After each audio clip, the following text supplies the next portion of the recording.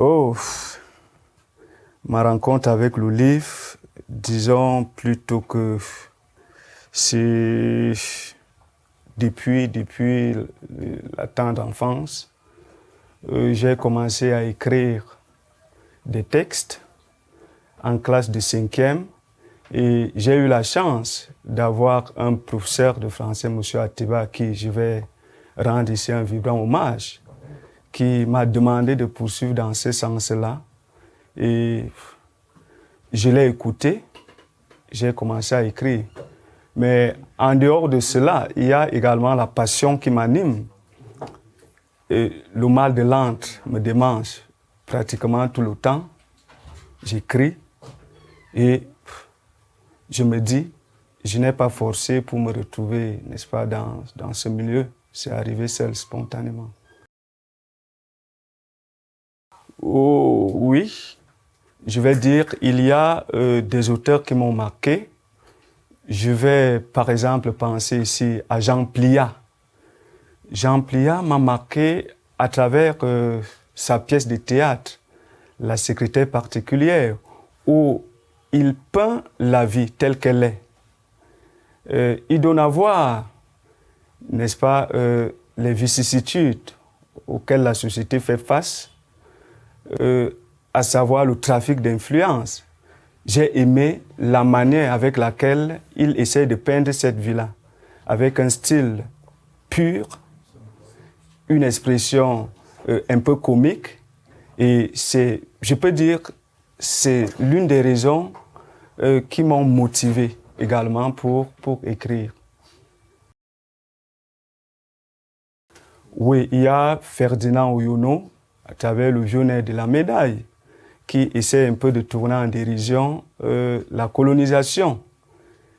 Il m'a aimé, il m'a, je veux dire, marqué également par son style, la comédie, également par les personnages, parce qu'il ne va pas très loin, il ne va pas prendre les ministres. Il peint le bas peuple, l'une des choses justement qui m'ont marqué, et il m'a inspiré abondamment. Vous savez, en tant que citoyen, il m'est comme un devoir, n'est-ce pas, de contribuer à l'édification de ma société. Alors moi, je le fais à travers l'écriture. J'essaie un peu de peindre les vices de la société. Les arbres d'un amour illusoire particulièrement est un tableau. C'est un tableau peint par le truchement des mots où j'essaye, n'est-ce pas, d'illustrer les problématiques de notre société. Je vais, par exemple, citer ici l'indolence ou la passivité. Alors, nous avons un personnage qui a tout fait, n'est-ce pas, de braver le concours. Il a bravé, c'est vrai, dans cet environnement-ci, on n'intègre pas. Voyez, lorsque vous avez, par exemple, le concours de l'INES, on ne va pas vous intégrer directement.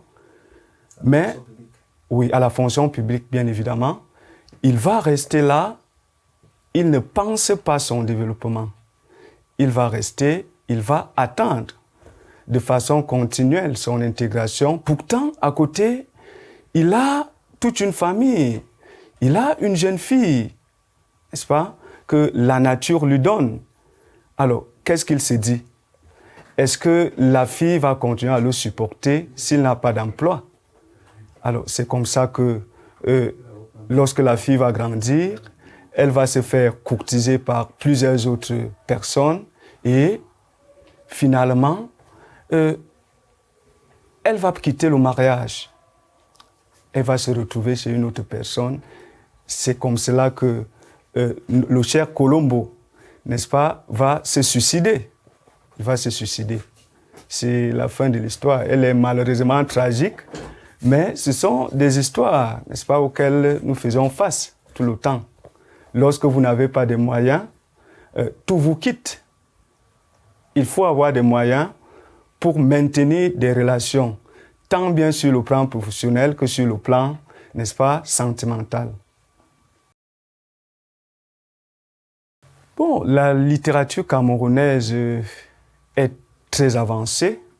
Alors, lorsqu'on la compare avec les époques qui ont précédé les indépendances, il est de bon ton, n'est-ce pas, de dire que c'est une littérature qui émerge. Les auteurs sont extrêmement talentueux, je veux dire. Et je me dis, on ne devrait même plus parler de littérature camerounaise. Et c'est parce que c'est un peu péjoratif. On devrait parler de la littérature tout court. Parce que les auteurs camerounais, autant que les auteurs européens, n'est-ce pas, livrent un combat permanent pour fustiger les vices de la société. C'est de la littérature. Qu'elle soit camerounaise, qu'elle soit européenne, qu'elle soit asiatique, c'est de la littérature tout court. Il faut le reconnaître, nous ne pouvons pas penser plus que les penseurs qui ont, n'est-ce pas, donné de l'impulsion à la littérature. C'est vrai, on peut quand même essayer d'atteindre leur niveau. Et pour ce faire, nous devons beaucoup lire.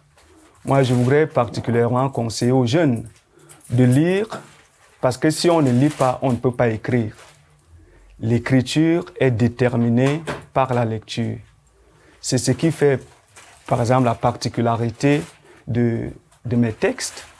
Moi, je lis beaucoup. Tout ce qui me vient sur les mains, je le lis et puis j'y prends plaisir. Alors, si les jeunes Camerounais peuvent en faire autant, je crois que la littérature va aller crescendo.